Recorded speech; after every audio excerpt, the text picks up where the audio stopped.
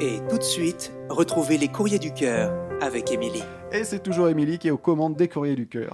Bonjour, j'espère que vous allez bien, que votre week-end s'est bien passé et que vous êtes d'attaque pour une nouvelle semaine. Et comme il n'y a rien de mieux que de commencer une nouvelle semaine en écoutant Pantoufles Explosives, je suis très contente de vous retrouver aujourd'hui. Oui, aujourd'hui je suis pleine de bonne humeur. Pleine de bonne humeur parce que j'ai pu faire mon premier barbecue de l'année et qu'il n'y a rien de mieux pour booster mon moral. Bah oui, moi vous me mettez un petit peu de soleil, un barbecue, des copains, de la famille, un verre de vin et je suis au paradis. Pas vous ?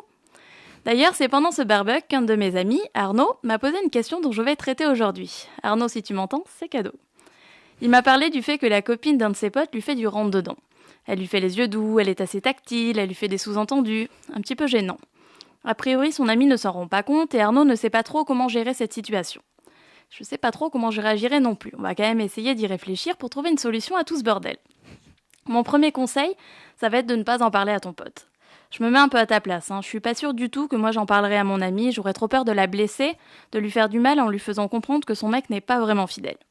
Parce que finalement, si la copine de ton pote, elle est capable de te draguer aussi ouvertement, j'ai du mal à me dire qu'elle est vraiment fidèle envers lui et qu'elle ne fait pas la même chose avec d'autres personnes qui ont sans doute moins de retenue que toi, étant donné qu'ils n'ont pas de lien affectif avec ton ami.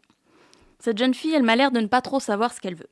Je sais pas trop si c'est dans son tempérament ou pas, il y a des gens qui ont besoin de plaire, qu'on leur montre, qu'on leur fasse comprendre, et peut-être qu'elle fait partie de ces gens-là et qu'il n'y a rien de plus.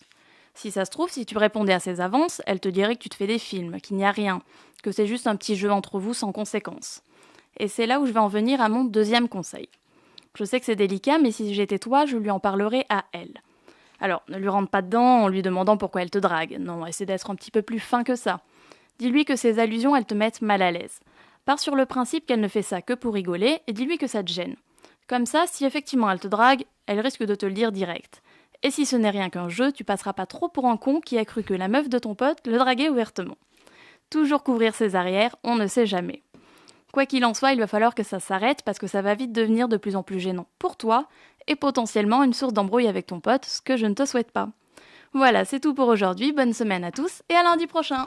Merci Émilie. Et pour lui écrire, c'est sur emily.pantouflexplosive@gmail.com.